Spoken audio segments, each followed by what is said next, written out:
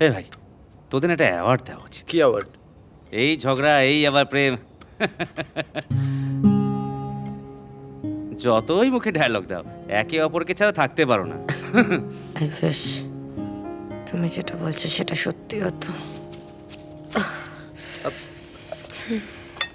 তুই আমার জন্য একটা পেক বানাতো গিয়ে। আমি আসছি। যা যা যা, আমি আসছি। Yes sir. কটা প্যাক হয়েছে মাথায় আছে তো? বেশি খেও না। আজকের দিনটা একটু বাঁধন ছাড়া হতে দাও, কথা দিচ্ছি। আর এক পেক খাবো, ব্যাস।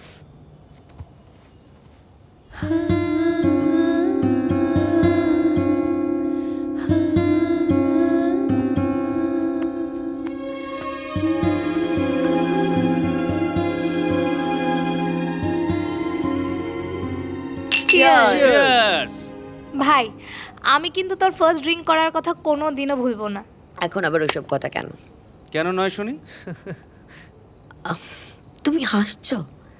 কোথায় তোমার আমাকে সেভ করা উচিত, উল্টে তুমি হাসছো। সেদিন তো ওই তোকে সেভ করেছিল, না হলে যে কি হতো। এরকম কিছুই হতো না। ওই দিন আমি ফার্স্ট টাইম ড্রিঙ্ক করেছিলাম বলে একটু এম্বারাসড হয়ে গেছিলাম।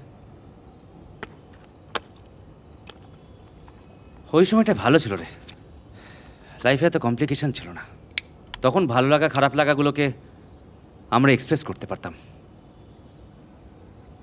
সেবার প্রথম আমাদের সিরিয়াস ঝগড়া হয়েছিল। হ্যাঁ, তমাল আমাকে প্রপোজ করেছিল বলে তুমি তো আমার সঙ্গে 4 দিন কথাই বলনি, ইভেন কলেজেও আসোনি। তোদের মান অভিমান মেটাতে গিয়ে আমাদের যা হাল হয়েছিল। তারপর মান অভিমান মিটলো আর আমাদের পার্টি শুরু হলো। Golden period of life. ওইবার প্রথম আমাদের তুই থেকে তুমি হলো। এখনকার ঝগড়াগুলো কেন আগের মতো হয় না জানিস? কারণ এখন আর আমরা একে অপরের সঙ্গে কথা বলি না, আমাদের কারো কাছে তো সময় নেই। আমি কিন্তু এখনো মনে করি সেদিন রাতে তুই ওর কাছে গেছিলিস মাতালটা হবার জন্যই। শোন, তুই যেটা ভাবছিস, তোমরা যেটা ভাবছো, সেরকম কিছুই হয়নি। ঠাকুর ঘরে কে আমি তো গলা খাইনি। আরে আরে শোন, তোরা তো জানিসও না, তোরা চলে যাওয়ার পর সেদিন আমার কি করতে হয়েছিল জানিস? কি?